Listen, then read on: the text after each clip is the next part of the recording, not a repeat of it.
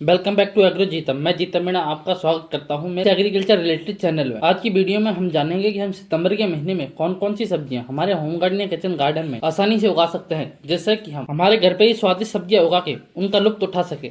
जिसमें सबसे पहले सब्जी है हमारी टमाटर। टमाटर एक ऐसी सब्जी है जिसका उपयोग हम लगभग हर सब्जी में कर सकते हैं, जिसकी हम चटनी बना सकते हैं और सब्जियों में उपयोग कर सकते हैं।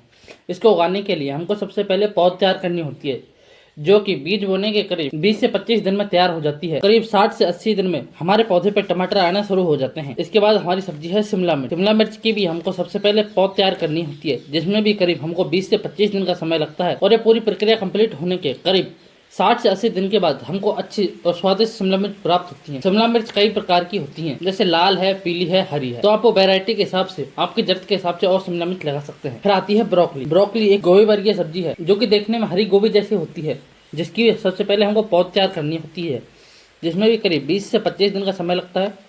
और 60 से 80 दिन में हमको अच्छी ब्रोकली प्राप्त हो जाती है। फिर है गाजर।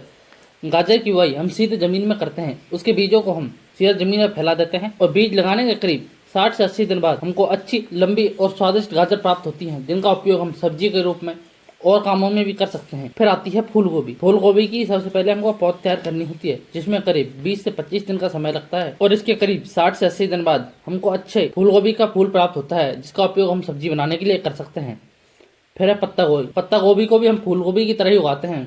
पहले इसकी पौध तैयार करते हैं, फिर करीब 60 से 80 दिन बाद हमको अच्छे पत्ता गोभी प्राप्त हो जाती है। फिर है चेरी टमाटर। चेरी टमाटर एक टमाटर है, पर इसका आकार टमाटर की बजाय बहुत छोटा होता है और ये एक पेड़ में काफी सारे लगते हैं, जिनको आप आसानी से आपके घर में उगा सकते हैं। इसके लिए सबसे पहले आपको पौध तैयार करनी होगी, जो कि सेम टू सेम टमाटर के जैसे होगी। बीज लगाने के करीब 20 से 25 दिन बाद आपकी पौध तैयार हो जाएगी और उसको ट्रांसप्लांट कर देंगे, तो करीब 60 से 80 दिन में हमको अच्छे और स्वादिष्ट चेरी टमाटर प्राप्त हो जाएंगे। फिर है मिर्च। मिर्च की भी सबसे पहले हमको पौध तैयार करनी होती है, जिसमें करीब 20 से 25 दिन का समय लगता है। और फिर 60 से 80 दिन बाद हमको अच्छी हरी मिर्च प्राप्त हो जाती हैं, जिनका उपयोग हम सब्जी, चटनी और आदि कामों में कर सकते हैं। फिर आलू। आलू को उगाने के लिए सबसे उपयुक्त टेम्परेचर होता है 26 सेंटीग्रेड तापमान, जो कि भारत के कुछ स्थानों पर इस समय यह टेम्परेचर उपलब्ध है। जहाँ जहाँ आपको ये टेम्परेचर मिलता है, वहाँ आलू की पौध लगा सकते हैं। आलू लगाना बहुत आसान होता है। आप छोटे आलू लीजिए, जिनमें छोटी छोटी आंखें निकल रही हो। आंखें यानी तो आप मिट्टी में लगा दो, वहीं से आलू उगना चालू हो जाएगा और 3-4 महीने के बाद हमको आलू की अच्छी हार्वेस्टिंग मिल जाएगी। फिर आती है बैगन। बैगन की भी हमको सबसे पहले पौध तैयार करनी होती है, जिसमें करीब 20 से 25 दिन का समय लगता है। और फिर 60 से 80 दिन बाद हमको अच्छे बैगन प्राप्त हो जाते हैं। फिर है प्याज। प्याज की भी हमको सबसे पहले पौध तैयार करनी होती है, पर प्याज की पौध तैयार करने में हमको ज़्यादा समय लगता है। इसकी पौध करीब 30 से 45 दिन में तैयार होती है। फिर पौध को ट्रांसप्लांट करते हैं और करीब 70 से 80 दिन बाद हमको अच्छे प्याज प्राप्त होते हैं। फिर है लहसुन। लहसुन की बुआई हम सीधी ही करते हैं। लहसुन की जो छोटी छोटी कलियां होती हैं, उनको हम जमीन में लगा देते हैं और उनकी देखभाल करते रहते हैं। और ये काम करते करते जब हमको 70 से 80 दिन हो जाते हैं, तो हमको अच्छे लहसुन प्राप्त हो जाते हैं। टूब को हम स्टोर कर ही रखते हैं। अगर हमको चटनी बनानी है तो हम उसकी लीव्स की चटनी बना सकते हैं। French bean. फ्रेंच बीन की बुआई हम सीधी ही करते हैं और करीब 60 से 80 दिन बाद हमको अच्छी फ्रेंच बीन प्राप्त हो जाती है। फिर लेंटस। लेंटस एक भाजी प्रकार की सब्जी है, जिसकी बुआई हम सितंबर के महीने में आसानी से कर सकते हैं और ये बोने के करीब 60 से 80 दिन बाद हमको अच्छे लेंटस प्राप्त होते हैं। फिर लौकी। लौकी की बुआई हम सीधे ही ज़मीन में कर सकते हैं। इन लौकी के बीजों को हम जैसे ही ज़मीन में लगाएंगे, तो करीब 10-12 दिन में ही लौकी के बीज अंकुरित होकर बेल बनना चालू हो जाएगा। फिर हम यहाँ से अच्छी लौकियाँ प्राप्त कर सकते हैं और 60 से 80 दिन में हमको खाने लायक लौकियाँ मिल जाएंगी। फिर आता है करेला। करेला को हम लौकी की तरह सीधा ज़मीन में लगाते हैं। इसके बीजों को लगाने के करीब 20 से 25 दिन में ही हमको वहाँ से अंकुरण दिखेगा और बेल बनना चालू हो जाएगा और करीब 60 से 80 दिन बाद हमको अच्छे और स्वादिष्ट करेले प्राप्त हो जाएंगे, जिनका उपयोग हम सब्जी बनाने के लिए और जूस बनाने के लिए आसानी से कर सकते हैं। फिर है धनिया। धनिया उगाना सबसे आसान है, क्योंकि जब हम धनिया के बीजों को क्रश करके ज़मीन में डालते हैं तो जल्दी उग जाते हैं और करीब 30 से 40 दिन बाद हमारा धनिया हार्वेस्ट करने के लिए तैयार है, जिसको हम हार्वेस्ट करके हमारी सब्जी में उपयोग कर सकते हैं। हम इसको जैसे जैसे हार्वेस्ट करते रहेंगे, ये नीचे से और पत्ते निकलते रहेंगे, जिनको हम दोबारा भी हार्वेस्ट कर सकते हैं।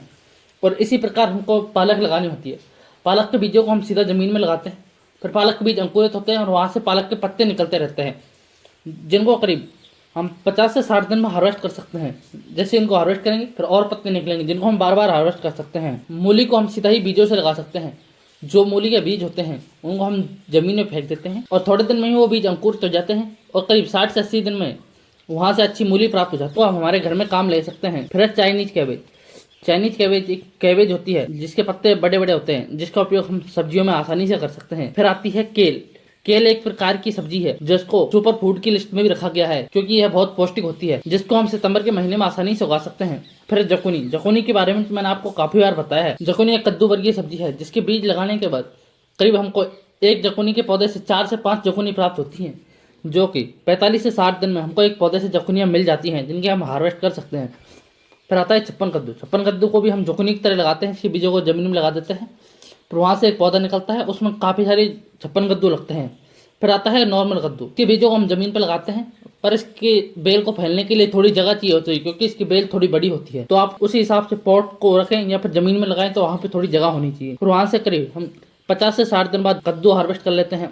फिर है लाल भाजी। लाल भाजी के बीजों को हम सीधा ही जमीन में फेंक देते हैं, पर इस चीज़ का ध्यान रखें कि लाल भाजी के बीज बहुत छोटे होते हैं, एक स्थान पर ज़्यादा बीज गिर जाएंगे। इस वजह से आप उसके बीजों को अलग अलग लगाएं, यानी थोड़ा थोड़ा करके बोएं।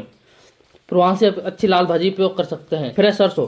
अब सर्दियों का मौसम आ रहा है, लोगों को सरसों का साग और मक्की की रोटी खाना बहुत पसंद होता है, जिसके लिए आप अपने घर पे ही सरसों उगा सकते हैं। जिसके लिए आप सरसों के बीजों को जमीन पर डाल देंगे, फिर वहाँ से सरसों उगना चालू हो जाएगा।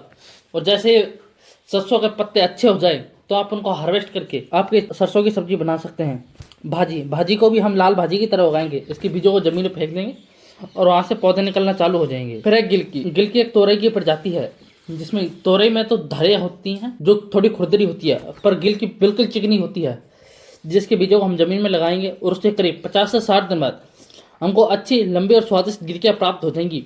फिर आती है हमारी तोरई।